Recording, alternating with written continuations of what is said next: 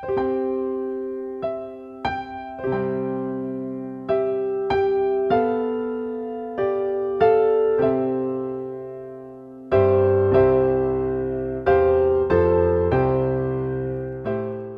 pagi pendengar setia Radio Cakrawala yang diberkati Tuhan kita Yesus Kristus.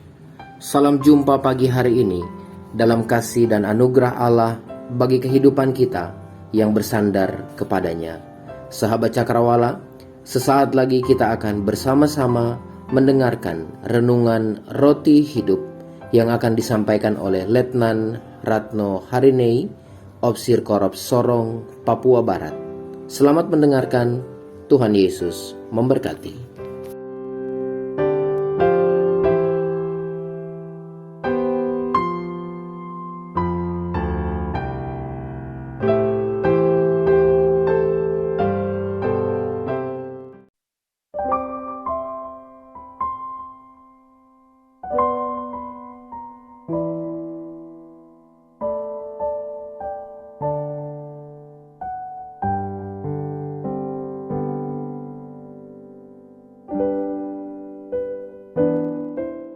Shalom, damai di hati. Selamat pagi pendengar Radio Cakrawala yang dikasihi oleh Tuhan Yesus Kristus.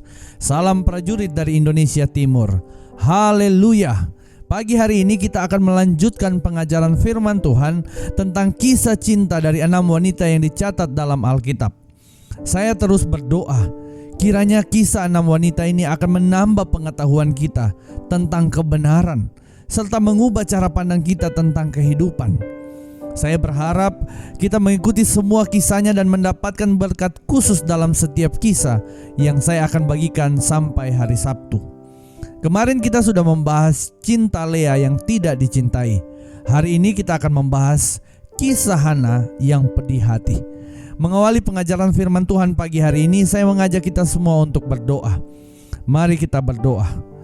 Tuhan Yesus, kami percaya bahwa Engkau tidak pernah membiarkan kami berjalan sendirian menjalani hidup ini. Engkau adalah gembala yang baik untuk hidup kami.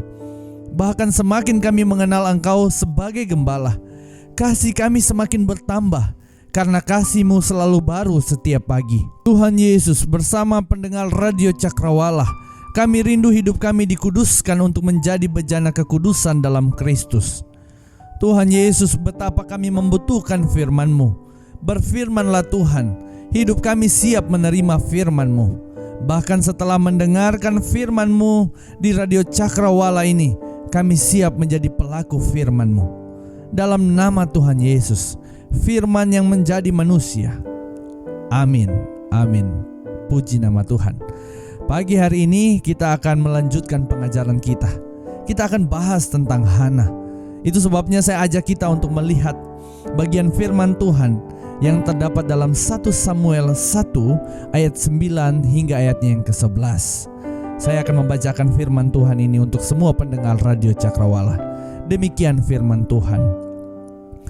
Pada suatu kali setelah mereka habis makan dan minum di Silo, berdirilah Hana, sedang Imam Eli duduk di kursi dekat tiang pintu bait suci Tuhan. Dan dengan hati pedih, ia berdoa kepada Tuhan sambil menangis terseduh-seduh. Kemudian bernasarlah ia, katanya, Tuhan semesta alam, jika sungguh-sungguh Engkau memperhatikan sengsara hamba-Mu ini dan mengingat kepadaku dan tidak melupakan hamba-Mu ini, tetapi memberikan kepada hamba-Mu ini seorang anak laki-laki, maka aku akan memberikan dia kepada Tuhan untuk seumur hidupnya, dan pisau cukur tidak akan menyentuh kepalanya. Demikian firman Tuhan. Pendengar Radio Cakrawala yang dikasihi oleh Tuhan Yesus Kristus, peristiwa yang kita baca dalam firman Tuhan tadi dilatar belakangi dengan beberapa kisah sebelumnya. Kisah yang pertama adalah Hana adalah istri dari Elkana. Sedangkan Elkana punya 2 istri, Hana dan Penina. Penina punya anak dan Hana tidak punya anak. Keadaan inilah yang melatar belakangi bacaan yang kita baca dalam ayat 9, 10, dan 11. Penderitaan Hana bukan hanya tidak punya anak, tetapi penderitaan yang lebih dalam adalah setiap hari ia harus dibuli oleh Penina. Kita bisa bayangkan bagaimana hari-hari yang dijalani oleh Hana. Hari-hari yang penuh dengan kesedihan, hari-hari yang penuh dengan tekanan kehidupan. Tidak punya anak, lalu dibuli. Ini keadaan yang tidak baik, keadaan yang sulit yang dihadapi oleh Hana. Lalu apa yang harus dilakukan? Kalau kita jadi Hana, tentunya yang kita bisa lakukan adalah kita bisa curhat dengan orang-orang baik atau orang-orang yang kita anggap rohaninya cukup baik untuk mendengar curhatan kita. Masalahnya adalah di zaman Hana, pendeta atau hamba Tuhan pada waktu itu tidak terkoneksi dengan Tuhan. Imam Eli bahkan anak-anaknya jauh dari Tuhan. Dan dikatakan dalam bagian-bagian secara spesifik dalam kitab Samuel, Tuhan tidak mau omong, Tuhan tidak mau berbicara pada zaman itu karena kejahatan Imam Eli, kejahatan anak-anak Imam Eli.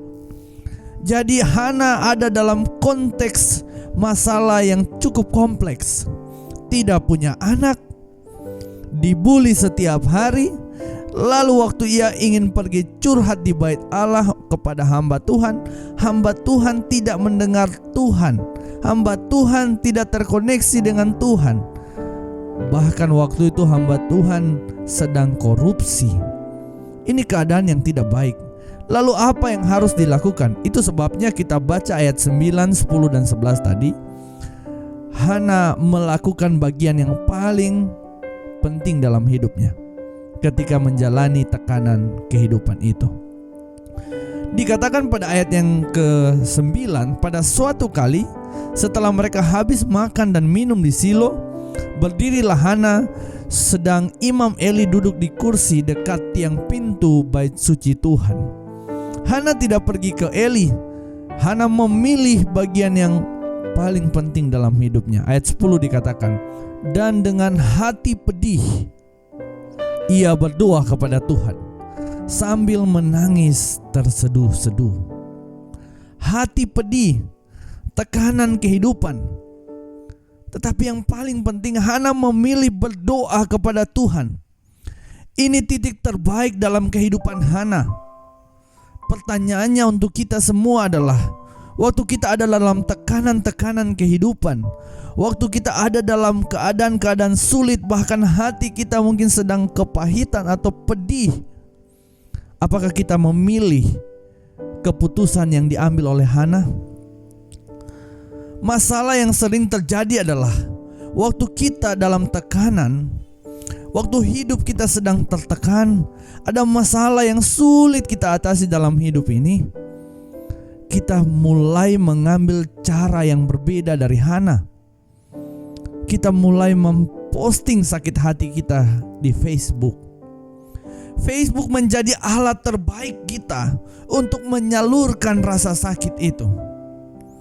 Saya mau beritahu bahwa kalau itu menjadi pilihan kita, maka rasa sakit itu akan bertambah, bukan berkurang. Kenapa? Karena Facebook tidak menjamin kesembuhan. Bukan sembuh, malah sakitnya akan komplikasi. Ada sakit lainnya.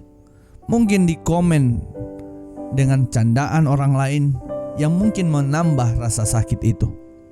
Itu sebabnya Hana sedang mengajar kita semua. Kalau kita ada dalam tekanan, mari kita ke alamat yang tepat, kepada Tuhan Yesus Kristus.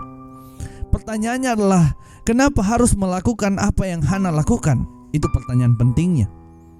Karena saya ingin memberi informasi bahwa iblis atau setan tahu benar kalau manusia dalam tekanan, dalam keadaan masalah yang sangat sulit seperti kasusnya Hana, lalu memilih datang kepada Tuhan, maka secara otomatis masalah atau tekanan itu akan berkurang dan manusia tersebut akan mengalami intervensi kuasa Allah. Sehingga waktu manusia datang kepada Tuhan dalam tekanan-tekanan kehidupannya, maka ada kuasa lain akan masuk dalam dirinya, ada kekuatan lain masuk dalam dirinya untuk membuat ia mampu menghadapi tantangan atau tekanan kehidupan tersebut. Itu sebabnya iblis tahu bagian itu, sehingga iblis mau merubah fokus kita. Waktu kita ada dalam tekanan, waktu kita ada dalam masalah, iblis mau kita jangan datang kepada Tuhan. Karena iblis tahu waktu kita datang kepada Tuhan, tekanan itu akan berkurang. Kita punya kekuatan lain yang menolong kita untuk memampukan kita menghadapi tekanan atau masalah kehidupan itu. Iblis tahu itu. Itu sebabnya ia membuat media-media lainnya untuk menolong, untuk membuat kita kehilangan fokus, untuk membuat kita kehilangan arah dalam tekanan kehidupan. Untuk itu Hana mau datang dalam hidup kita, mau ajar kita, kalau kita dalam tekanan, datanglah kepada Tuhan. Harus kepada Tuhan dulu. Kenapa kepada Tuhan? Karena waktu kita bersatu dengan Tuhan dalam tekanan, saat yang sama kita punya kekuatan yang lain untuk menghadapi tekanan itu. Mari kita pelajari Hana. Setelah Hana berdoa kepada Tuhan, Hana tidak langsung hamil. Artinya waktu kita berdoa, jawaban doa tidak langsung ada. Tetapi melalui doa kita sudah bersatu dengan Tuhan. Disinilah kekuatan terbesar kita dalam menjalani hidup ini. Sebelum menerima jawaban doa, Hana sudah kuat. Ia pulang ke rumah, ia masih dibuli oleh Penina. Rahimnya belum ada bayi di sana, tetapi dalam dirinya sudah ada kuasa Allah, dalam dirinya sudah ada kekuatan Allah untuk menghadapi bully, untuk menghadapi tekanan-tekanan kehidupan. Itu sebabnya saya ajak kita untuk masuk ke lebih dalam kepada perenungan tentang Hana ini. Saya tidak bisa mengetahui secara spesifik pergumulan apa, tekanan apa yang sedang kita hadapi hari-hari ini. Tapi percayalah bahwa waktu kita memilih sikap seperti Hana, datang kepada Tuhan, percayalah bahwa kita sedang menerima kekuatan lain untuk menghadapi tekanan-tekanan tersebut. Itu bagian pertama yang saya ingin bagikan dari bacaan firman Tuhan hari ini. Bagian-bagian berikutnya adalah saya ingin membagikan bahwa iblis paling takut kalau kita bersatu dengan Tuhan saat ada dalam masalah. Iblis mau waktu dalam masalah kita andalkan diri kita sendiri. Karena iblis tahu kalau kita bersatu dengan Tuhan, maka secara otomatis kita akan mengalami kemenangan, bahkan lebih dari pemenang. Saya mengajak kita untuk melihat kisah ini dalam ayatnya yang ke-11. Dikatakan pada ayatnya yang ke-11, kemudian bernasarlah ia, katanya, Tuhan semesta alam, jika sungguh-sungguh engkau memperhatikan sengsara hambamu ini dan mengingat kepadaku dan tidak melupakan hambamu ini, tetapi memberikan kepada hambamu ini seorang anak laki-laki, maka aku akan memberikan dia kepada Tuhan untuk seumur hidupnya, dan pisau cukur tidak akan menyentuh kepalanya. Ini bagian yang sangat sulit saya mengerti. Kenapa? Karena pada ayat sebelumnya dikatakan Hana berdoa dengan hati yang pedih, dengan terseduh-seduh. Tetapi waktu baca ayat yang ke-11, saya menemukan bagaimana bisa Hana berdoa begitu fokus. Hana berdoa begitu jelas. Hana berdoa minta anak laki-laki. Doanya sangat jelas. Dan untuk melakukan hal ini saat hati sedang sakit, saat hati sedang pedih, sangat tidak mungkin. Bagaimana mungkin berdoa dengan jelas, menyampaikan kalimat dengan jelas, tapi hati kita sedang hancur-hancurnya? Ini tidak mungkin terjadi. Bayangkan perasaannya sedang hancur, ia sedang menangis terseduh-seduh, tetapi doanya sangat jelas. Ini keadaan yang sangat sulit diterangkan. Bagaimana hati sedang pedih tetapi pikirannya tetap fokus untuk meminta satu permintaan? Menurut saya hal ini tidak bisa terjadi. Bisa terjadi kalau kita melihat ayat yang ke-10 pada bagian bacaan sebelumnya. Dikatakan bahwa ayat yang ke-10, dengan pedih hati, dengan hati pedih, ia berdoa kepada Tuhan. Apa yang membuat Hana fokus sedangkan hatinya sedang pedih? Tuhan. Ini yang saya sebut dengan faktor Tuhan. Saya ajak kita untuk melihat catatan Rasul Paulus tentang hal ini dalam Roma 8 ayat 26 sampai ayat 27 dikatakan demikian.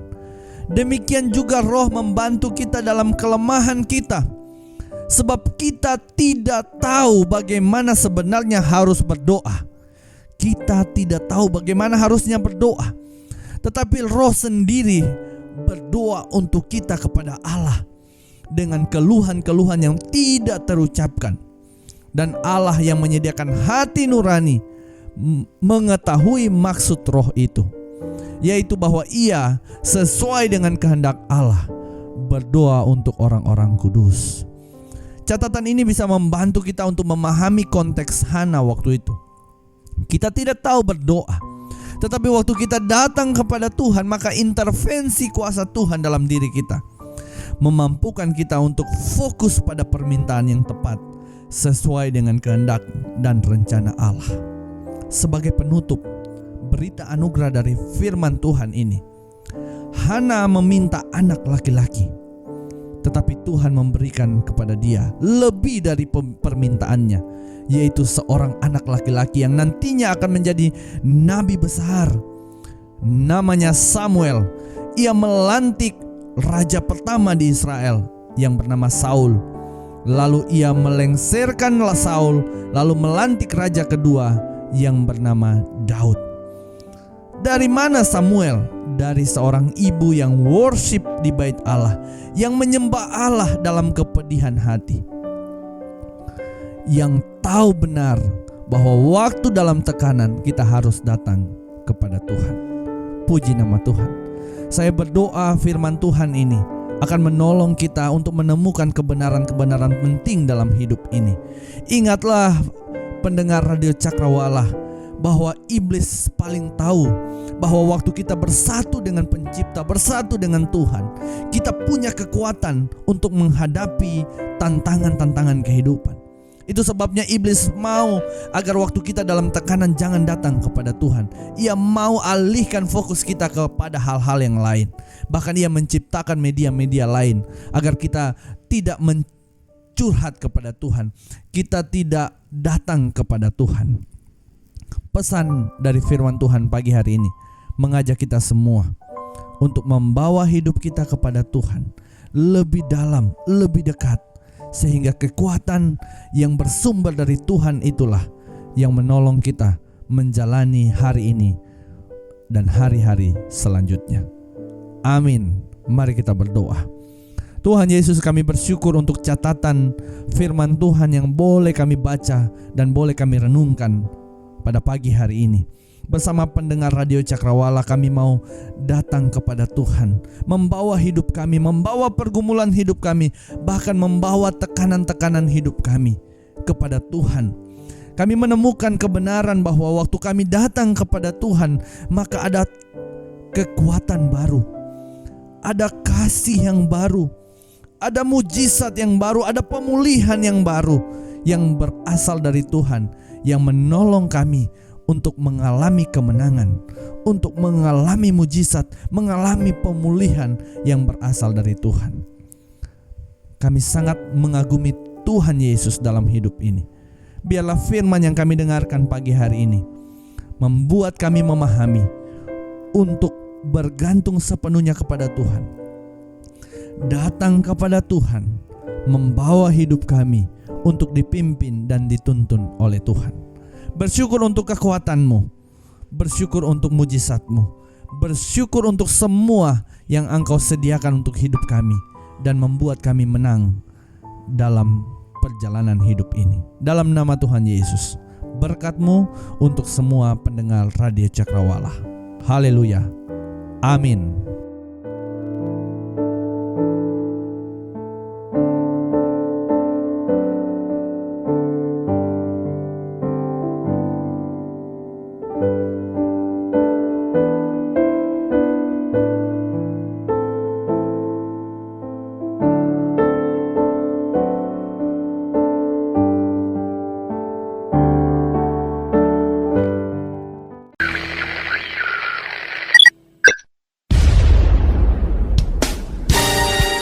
Pastikan Anda tetap bersama dengan kami di gelombang 89,2 FM, The New Cakrawala Radio. God bless us.